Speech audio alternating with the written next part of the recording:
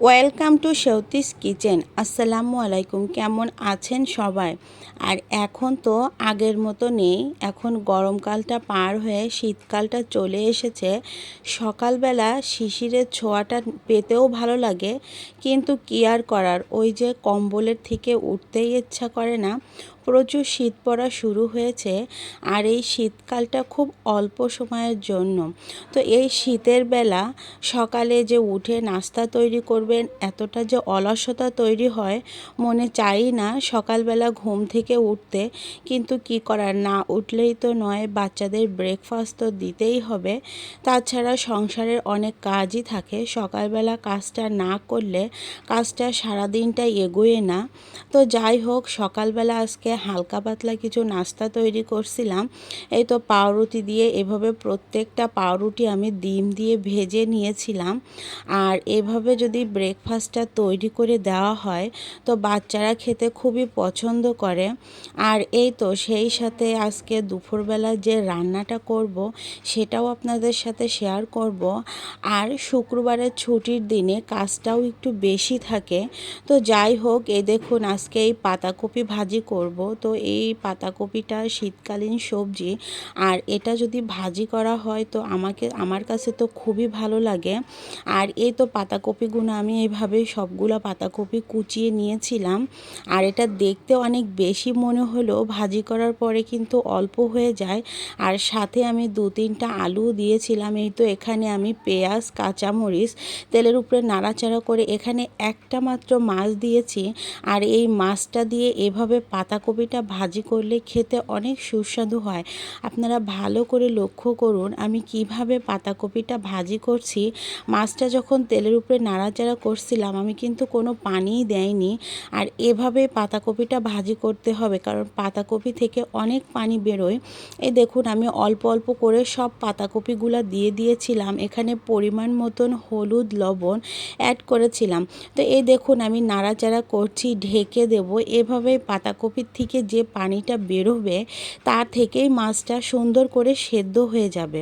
আর এই দেখুন কিভাবে পাতাকপির ভিতর দিকে পানি বেরোচ্ছে।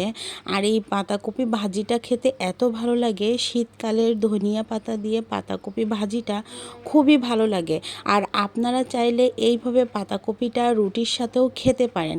এ দেখুন আমি মাছটা কিভাবে কাঁটাটা সরিয়ে নিয়েছিলাম, এভাবে মাছটা কাঁটাগুলো সরিয়ে নিলে, আর তেলাপিয়া মাছের সেইভাবে কাঁটাও না। তো যাই হোক, দেখুন আমি খুব হালকার উপরে নাড়ছিলাম যাতে মাছটার কাঁটাটাও সমস্ত তরকারিটার ভিতর না লাগে।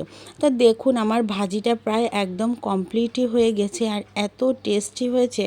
সর্বশেষ আমি ধনিয়া পাতা দিয়ে পাতাকপিটা আমার ভাজি কমপ্লিট হয়ে যাবে। তো এই তো ধনিয়া পাতা দিয়ে দিয়েছিলাম, আর এত সুন্দর একটা ফ্লেভার বেরোচ্ছিল। তো আমার ভাজিটা একদম কমপ্লিট। আর এভাবে ভাজিটা সবাই বাসার খেতে পছন্দ করে, আমি নিজেও খুব পছন্দ করি। আর আজকে মুরগি রান্না করব নতুন আলু দিয়ে। এখন তো নতুন আলু উঠেই গেছে, আর নতুন আলুটা খেতে ভালোও লাগে। একটু বড় সাইজ করে আলুটা কেটে নিয়েছিলাম। আর এই যে মাংসটা আমি ভালো করে কেটে ধুয়ে নিয়েছিলাম। এবার একটা হাঁড়িতে পরিমাণ মতো তেল দিয়ে এখানে কিছু পেঁয়াজ কুচো দিয়েছিলাম। পেঁয়াজটা দেখুন আমি বাদামি কালার করে নেড়ে নেব, তারপরে মাংসগুলো দেব। আমি আগে কোনো রকমের কোনো মাংস কষিয়ে নেব না। আর যেহেতু এটা ব্রয়লার মুরগি, এভাবে পেঁয়াজ বেরেস্তার উপরে মাংসটা দিয়ে লবণ দিয়ে যদি মাংসটা কষানো হয়, মাংসটা সম্পূর্ণ ভাজি ভাজি হয়ে যাবে। আর সেই মাংসটা খেতে খুবই টেস্টি হয়। তাই এই তো একে একে এখানে পরিমাণ মতো লবণ, পরিমাণ মতো মরিচের গুঁড়া এবং পরিমাণ মতো হলুদের গুঁড়া দিয়ে মাংসটা আমি ভালো করে কষিয়ে নেব। আর এভাবে যদি মাংসটা কষিয়ে রান্না করা হয়, তা মাংসটা খেতে খুবই ভালো লাগে।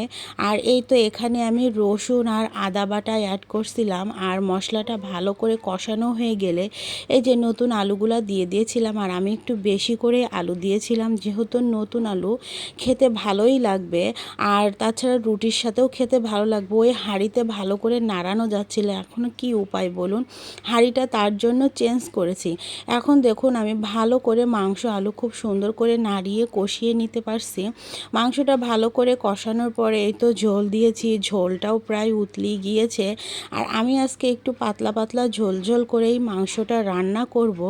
যেহেতু আলু বেশি দিয়েছিলাম মাংসটা টেনেই যাবে, মানে মাংসের ঝোলটা।